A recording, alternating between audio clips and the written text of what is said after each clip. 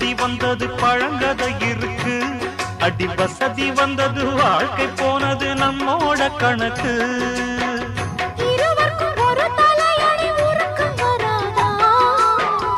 இருக்கட்டும் இவனுக்கும் வந்த நினைப்பு வராதா?